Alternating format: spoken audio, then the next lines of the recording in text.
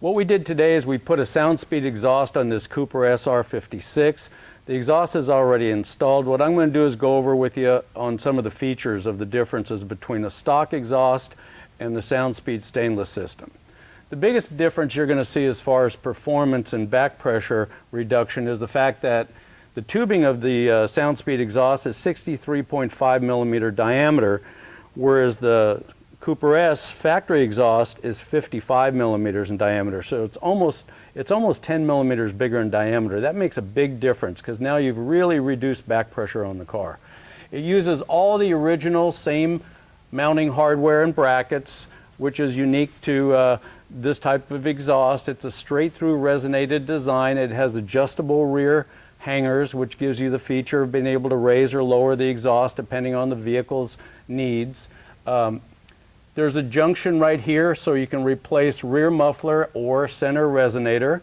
You have an optional center resonator or just a straight through pipe. I prefer the resonator. It takes some of the drone out of the car. The factory unit has a resonator and a small resonator in front of that. We also have a smaller can in the rear, and the Cooper S R56 can in the rear has a single pipe going in that Y's just as it goes into the back of the muffler, whereas the SoundSpeed has a single pipe going into the rear of the can. It has its Y configuration inside the muffler, and then it Y's out into two tips at the rear. The tips on this car are removable, so you get a couple of tip choices, or you could design a different tip if you wanted to.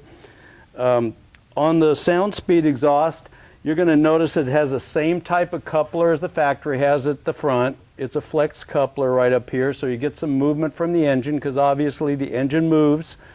The exhaust system stays stationary to the chassis, so you got to have some flex there. Uses a double V band right here at the front where it connects to the catalytic converter or downpipe. Now, what we did on this vehicle is we did replace the factory catalytic converter because it had failed. We replaced it with a SoundSpeed metallic race cat. So we've got a huge back pressure reduction on this car. Should get pretty decent performance out of it. This catalytic converter on this Mini Cooper S is clogged. This is the downpipe cat on a Cooper S R56.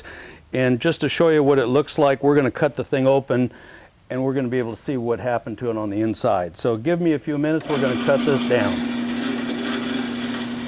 Coming down from the turbo, you've got the turbo catalytic converter that goes down like this. It attaches to the turbo unit, and then at the bottom end there exits towards the back of the vehicle. So we cut this catalytic converter open. We already scoped it and noticed what was happening on the inside, but so you can see it better, here's what occurred to this catalytic converter. If you take a look at that, the entire brick is disintegrated. Created so much back pressure that the car wouldn't even start anymore. The actual pieces of the brick came dislodged and went into the exhaust system of the car. Just so you can see what a normal ceramic catalytic converter brick looks like. It just looks like a honeycomb. It's got all the coating is on the inside of those little tiny tubes right there going in. That damage you see there is just from handling it. This is a cut open brand new one. Ceramic cat. This is a cut open 200 cell count metallic race cat.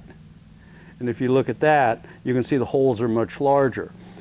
Now what we've done is we replaced the factory cat with a metallic 200 cell count race cat. It'll take a lot more heat, lets the turbo spool up much faster, and creates a lot more power.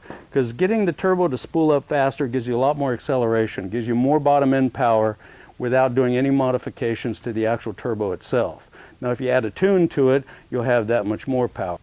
Okay, here's the SoundSpeed exhaust system installed. Here's the metallic race cat. This is the downpipe section that you'd see underneath the heat shield. Looks similar to the factory catalytic converter in shape and size. It is a 200 cell count metallic cat, so it's much more freer flowing. You've got your standard V-band coupler, which is just a factory part. Then we've got the flex coupler that's attached to, it's made as part of the front resonator of the SoundSpeed exhaust. This is the 63.5 millimeter stainless tubing, which is an upgrade from the factory. As we go downstream, you're going to see that we use the factory Mini Cooper hangers here to hold the resonator in position. We've got quite a bit longer resonator here than the factory unit. The factory has 2. And as we step to the back here, we go over the chassis support right here. And it has another junction right here where it attaches to the rear muffler. Now all this tubing here is much larger diameter than the factory stuff, which really reduces your back pressure. This is the rear muffler section. These are all welded seams. They're not crimped or rolled edges.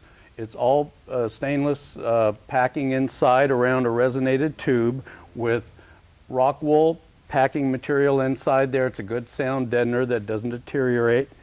We've also got adjustable hangers at the back. Adjustable hangers are kind of nice because if the vehicle has something unique going on with its factory hangers, something needs a little adjustment, this allows you the adjustability. Then you have removable tail tips right here. So this'll make a nice sound. We'll get it on the road and let's see how it runs.